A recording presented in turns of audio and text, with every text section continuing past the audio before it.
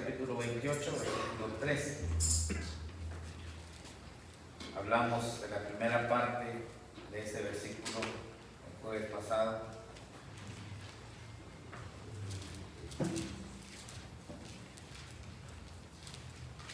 Proverbios 28, 13.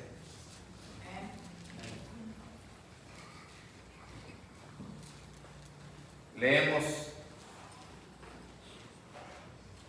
el versículo, pero hablaremos solamente de la segunda parte. Amén. Ya la primera ya la ocupamos la semana pasada. Proverbios 28, 13 dice así la palabra del Señor: el que encubre sus pecados no prosperará, mas el que lo confiesa y se aparta alcanzará misericordia. Leemos sobre la segunda parte: mas el que los confiesa y se aparta alcanzará misericordia. Amén. Ocupe su lugar. Vimos la semana pasada la importancia de considerar y tomar en serio el tema del pecado. El tema del pecado se ha tomado tan a la ligera, tan sin importancia, tan como fuera de lugar o fuera ya de moda, tal vez. Y hablábamos que este versículo es precisamente para gente que conoce a Dios, no es para el inconverso, no es para aquel que no haya tenido una experiencia de perdón, no es para aquel que no ha nacido de nuevo. Este versículo en sí va dirigido a la iglesia, aquel que reconoce que es pecado, aquel que ya en su momento sus pecados han sido perdonados y que goza ya de una confianza, de una libertad, de una paz, de ser perdonado. Pero hablamos también de la naturaleza del ser humano en sí, que no nos libra a los cristianos, porque podemos en algún momento, por descuido, por las razones que sean, la presión, tantas cosas, en algún momento descuidar nuestra vida espiritual. De eso hablamos, la importancia de reconocer que no somos infalibles, somos falibles, fallamos. Y aún los que estamos aquí al frente, en algún momento, en algún dado caso, habremos de fallar, pero que el Señor nos libre, ¿verdad? Que el Señor nos ayude. Y si ese fuera el caso, Él nos ayude a poder reconocerlo y en su momento, pues, corregirlo. Y es precisamente a lo que se refiere esta segunda parte del versículo, porque dice muy enfáticamente: mas el que los confiesa. Esa palabra "más" significa que hay una solución, hay una alternativa. Para aquel que ha encubierto su pecado, claramente ya ha declarado, ha establecido que no hay prosperidad, no hay solución, no hay un asunto de mejoría o de que esto no le afecte en nada.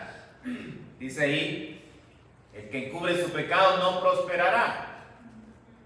Y ya vimos las razones o los medios o las maneras en cómo el hombre ha encubierto su pecado.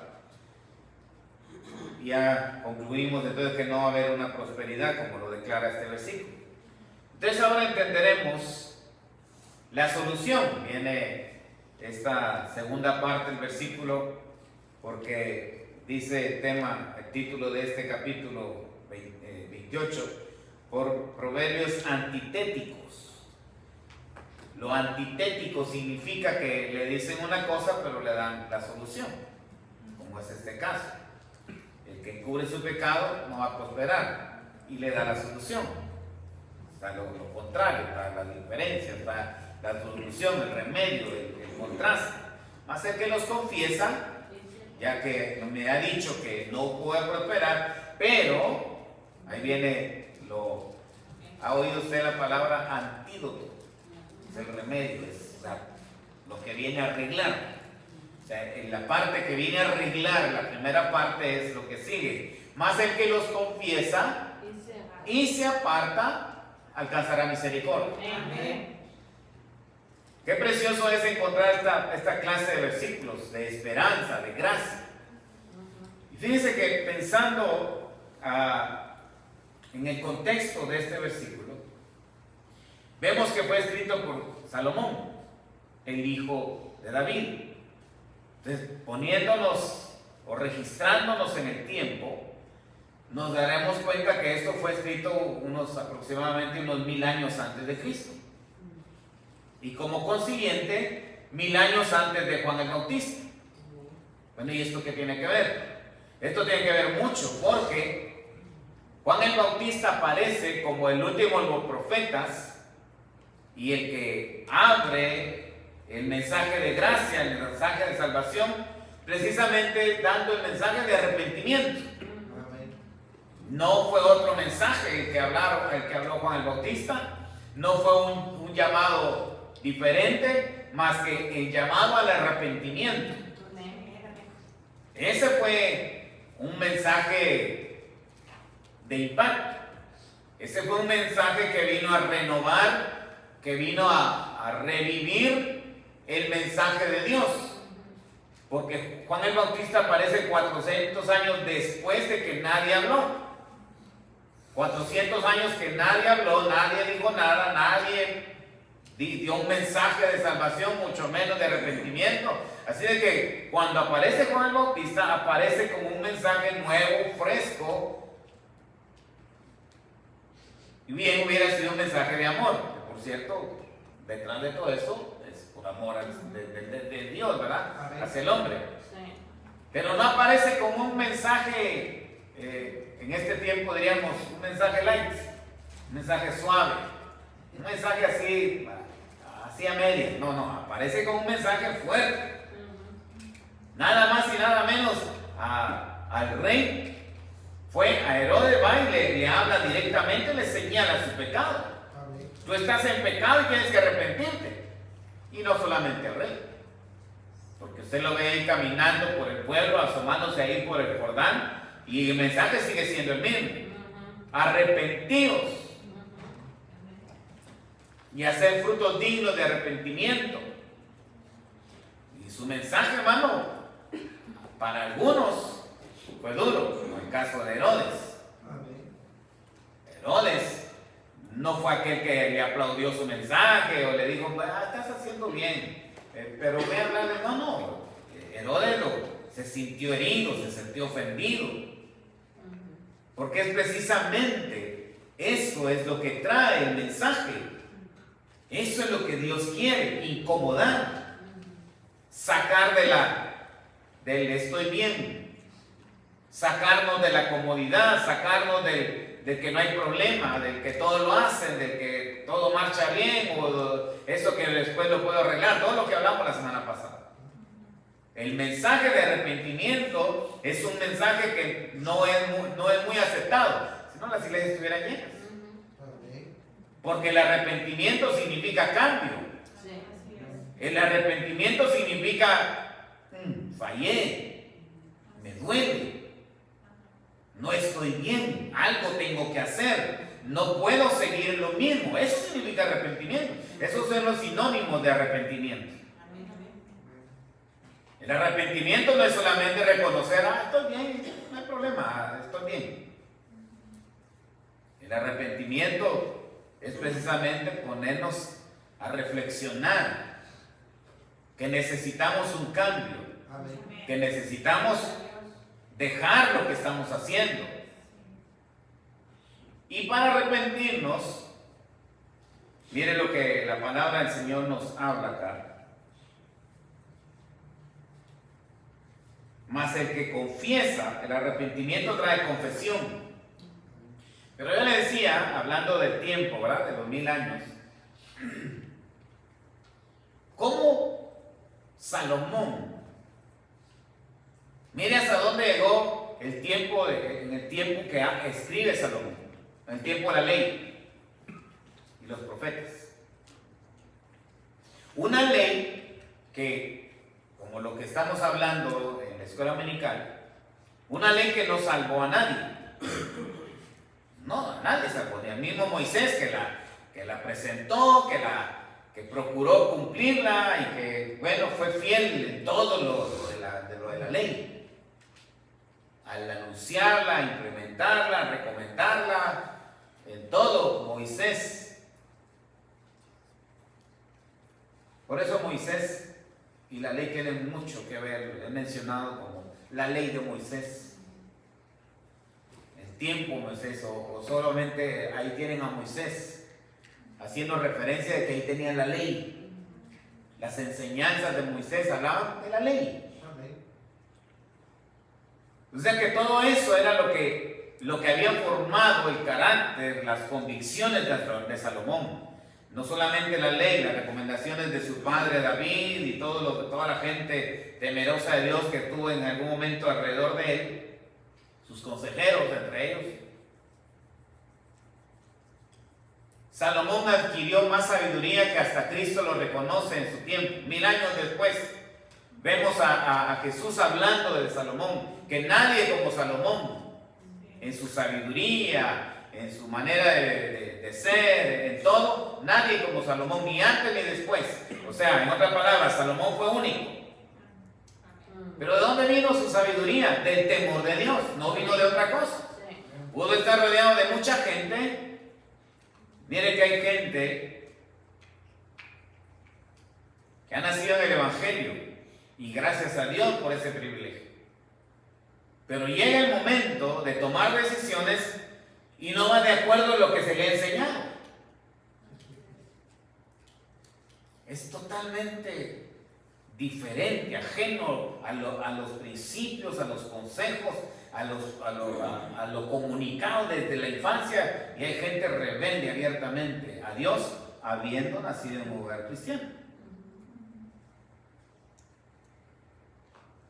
Como la vida cristiana no depende solamente de, como en algún momento se dice, como nació en cuna de oro, tiene que ser un niño de oro.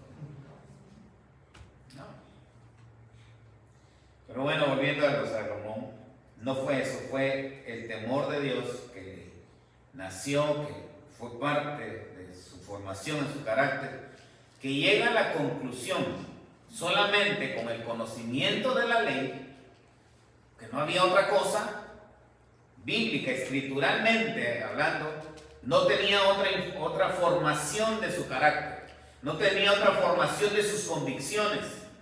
No tenía otro auxilio más que la ley. Y esa misma ley ha hecho que Salomón entienda lo que más adelante va a ser conocido como el Evangelio. El Evangelio de la gracia. El anuncio de la gracia, el anuncio de buenas nuevas, de todo lo que a partir de Juan el Bautista en adelante se va a conocer acerca de la gracia, acerca de la misericordia, acerca de la verdad. Con toda razón, ahí el apóstol Juan escribe en su primer capítulo, en su evangelio, dice, la ley vino por Moisés, pero la gracia y la verdad vinieron por Cristo. ¡Aleluya! Hasta entonces alguien hace la gran diferencia.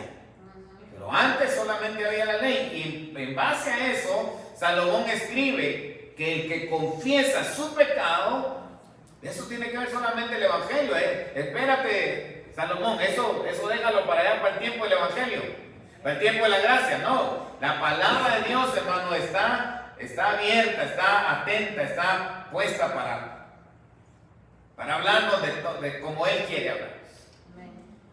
Y en esta oportunidad nos está diciendo que el hecho de confesar es de abrir nuestro corazón. Porque ese es el primer punto. El hecho de confesar significa abrir mi corazón. Abrirlo y no dejar absolutamente nada, reserva, algo guardado, algo escondido. No, cuando uno abre su corazón es dejarlo al descubierto, es confesar, el conocer, es sin reserva, sin limitación, sin dejar nada para otro tiempo. No, la confesión es hoy, es aquí, es todo. ¿Usted se recuerda la historia de Sansón? Sansón jugó con los filisteos y también con Dalila al principio. Y las veces que los filisteos venían en contra de Sansón, él salía victorioso, los vencía. Y mire la queja de Dalila. Ah, es que tú no me quieres. Tú no has abierto tu corazón. Tan bonito que se oye, ¿verdad? Para un enamorado, para una mujer enamorada y para un hombre que quiere ser como que, qué bonita. Bueno, está bien, pues te voy a abrir mi corazón. Le confesó su secreto, abrió su corazón, le reveló todo el secreto de su fuerza. Y aquí hay algo curioso, y que no era el tema, no era parte de mi medalla, pero se lo voy a dar. Porque mientras Sansón mintió, todo marchó bien. Pero una vez reveló toda la verdad, se echó a perder, cayó. Dios lo dejó, Dios lo abandonó y Dios le enseñó, Dios le dio una gran lección cuando dijo la verdad. ¿Por qué no lo hizo cuando mintió?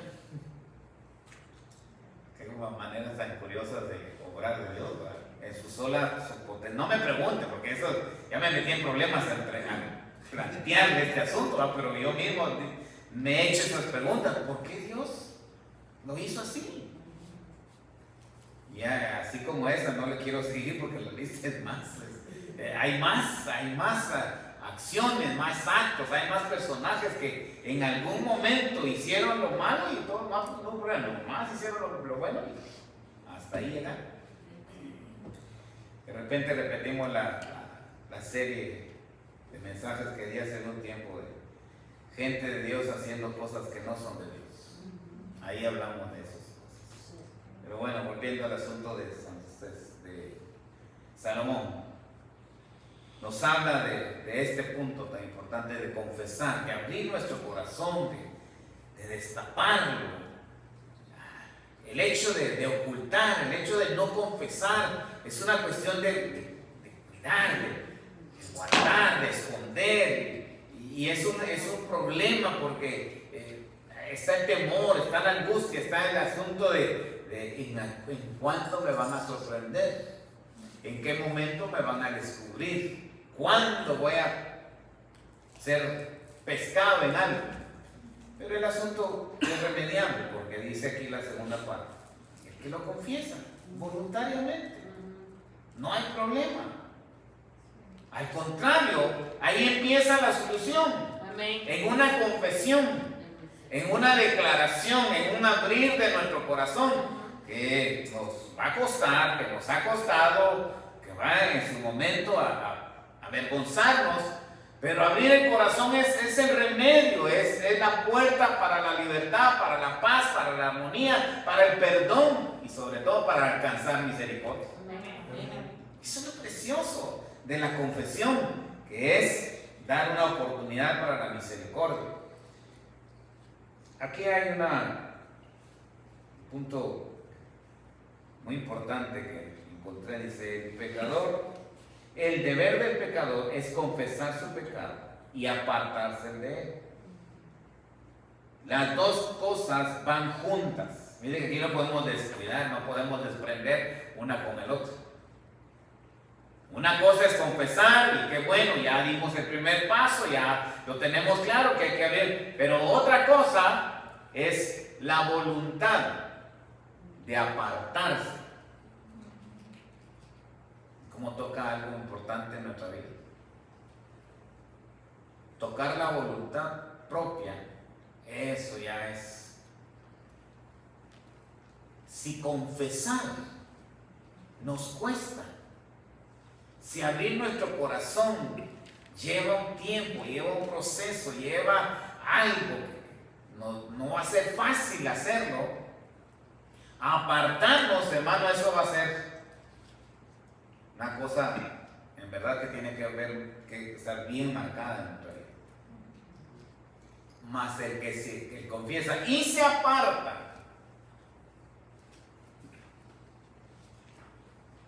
esa separación, ese distanciamiento, habla mucho del entender lo que Dios hace con el pecado. Esa separación no se nos va a hacer fácil hasta no entender lo que Dios o cómo Dios trata el pecado. En otro tiempo le he dicho lo que Dios hace con el pecado. ¿Se acuerdan? Se aparta o lo destruye. No hace otra cosa. Es como Dios trata el pecado. Es como Dios lo ve. O se aparta o lo destruye. Ese punto, cuando entendemos eso, entonces nos da la libertad, nos da la confianza de tomar esa misma actitud, de agregarle a nuestra vida esa misma actitud. Tenemos que apartarnos o definitivamente destruir. Y en ese aspecto la palabra del Señor en las epístolas, Pablo especialmente, nos da mucho en este punto. Porque Él nos manda, para empezar, Él nos habla de que nosotros hemos estado muertos en delitos y pecados. Y Él nos ha hecho revivir. Pero viene una segunda parte, y esa ya nos corresponde a nosotros. De hacer morir, ya que Él nos ha dado vida, todavía está de nuestra parte, todavía es una parte que nos corresponde a nosotros, hacer morir las obras de la carne. Ay, para eso, es como le decía, tenemos que entender lo que Dios hace, cómo Dios lo ve, para nosotros poder hacer. En otras palabras, si vemos el trato de Dios para con el pecado, es un aborrecimiento. Él lo aborrece. En otras palabras, Él no tiene que ver nada. No hay absolutamente, no hay ninguna relación, no hay nada que ver entre Dios y el pecado. No hay sombra, no hay una mancha, no hay una suposición, no hay una cuestión que diga en algún momento Dios ha sido descubierto o Dios deja ver en su carácter o en su manera de ser alguna sombra, una nube por ahí que lo mancha de mal. No hay absolutamente nada. Su carácter, su santidad, su personalidad, sus atributos, todo lo de Él es santo. 3 veces santo. La perfección de la santidad. No falta nada, no hay que esperar nada, es más, Él no tiene que hacer nada más para ser santo. No tiene que ver, no tiene que hacer, no tiene que decir, no tiene que enseñar nada más para que en realidad nosotros veamos que Él es perfectamente santo. Entonces, cuando entendemos eso, hermano, entonces podemos nosotros confiadamente saber que podemos apartarnos. ¿Y qué podemos hablar acerca de alcanzar misericordia? Hay muchas cosas que están a nuestro alcance, ¿verdad? Y que quisiéramos apropiarnos en la medida de ya. Si dice que está a nuestro alcance, lo queremos ya. Si dice que es para nosotros, con mayor razón lo queremos ya. Hay muchas cosas, y viniendo de Dios, que Él lo ha prometido todo, que Él ha dicho que toquemos y nos va a abrir, que busquemos y vamos allá, que hagamos algo y que clamemos, que confiemos, que esperemos, y Él se va a encargar de darnos. Es más, dice que Él nos va a dar mucho más de lo que pedimos. Ay, qué bonito, ¿verdad? Bueno, lo mismo sucede, o lo mismo tenemos que ver en este punto. Si confesamos y nos apartamos, vamos a alcanzar lo que nos ha dado. Pero para alcanzar en este aspecto, sí que nos cuesta mucho. Ahora, ¿qué decir de la misericordia? Dice los salmos, la poesía, la literatura del pueblo de Israel habla mucho acerca de la misericordia, y los salmos se especializan. Es más, hay un salmo que repite, y todo eso por la misericordia de Dios, esto, por la misericordia de Dios, esto, por la misericordia. Y es un salmo, nos habla, nos presenta la magnitud, la grandeza de su misericordia. Y dice que todas las mañanas es nueva la misericordia que usted disfruta. ¡Qué precioso! Eso significa, hermano, que tenemos misericordia a nuestro alcance. tenemos misericordia a más ya no pedir. Si mañana es una nueva, eso significa que si no me alcanzó esta, no hay problema. Ella viene nuevecita, viene completa, viene con todo. Pero ¿sabe lo que es la misericordia? Cuando entendemos la misericordia de Dios, hermano, es mucho más que la gracia. Porque la gracia usted está y no nos damos cuenta que hay un regalo, hay algo que usted no se merece, pero ahí está. Usted no la pide, pero ahí está. Y gracias por esa gracia bendita, por ese regalo precioso de Dios. No viene de nadie más, viene de Dios. La gracia, pero la misericordia es algo que usted se merece. Por lo malo que hemos hecho. ¿Qué merecemos? Nada. Lo único que merecemos es un castigo. Así es. Lo único que merecemos es la justicia de Dios. Traería, por cuanto todos pecaron, están destituidos de la gloria de Dios. No hay justo, no hay ni siquiera uno, no hay quien busque a Dios. Por lo mismo, entonces, la justicia de Dios, en su cabalidad o en lo completo de la justicia, merecemos morir. No hay otra. Y eso es lo difícil de entender. La misericordia de Dios, la justicia que nos habla, que nos dice la grandeza de ese amor, y que para los que lo critican a manera de ver a un Dios en sus faltas o en sus fallas, encuentran que es verdad Dios. No es como dicen, porque dicen que es justo. Justicia permanece para siempre. Bueno, entonces el pecador tiene que morir. No, pero al contrario. Dice que el que le confiesa y se aparta alcanzará misericordia. Aleluya. Entonces, ¿dónde queda la justicia de Dios? ¿En dónde quedan esas demandas de esa justicia? ¿En dónde quedan esos reclamos? ¿En dónde queda esa rectitud de su justicia? Hermano, han pasado 2000 años, han habido muchos teólogos, hay mucha gente que se ha metido a estudiar eso y todavía no nos ponemos de acuerdo. En 10 minutos no pretendo yo traer a que entendamos perfectamente todo esto de la misericordia, la justicia y la gracia. Vamos a pasar nosotros, vendrán otras generaciones y este tema seguirá siendo un asunto de discusión. Falta de entendimiento, falta de esto, falta de lo otro, y de todas maneras no nos pondremos de acuerdo, pero la justicia de Dios es recta, es perfecta, es fiel, es santa, es eterna, la justicia de Dios. Y digan lo que digan, aparentemente hay contradicción, aparentemente hay una cuestión de, como no les conviene, pues no es una cuestión de conveniencia, es que así obra Dios, así es la misericordia de Dios. Entonces la misericordia de Dios es que Él no nos da lo que realmente merecemos. Aquí los hermanos nos guían muchas veces en este canto que dice: escudriñemos nuestros caminos y volvamos a Jehová. Por la bondad de Jehová no hemos sido consumidos, porque nunca decayeron sus misericordias. Nuevas son cada mañana. O sea que al contrario de habernos castigado, en vez de darnos lo que merecemos, nos da una nieve. Había un niño que se había portado mal y entró a la casa y papá estaba ahí para hacer lo que debía hacer, implantar disciplina.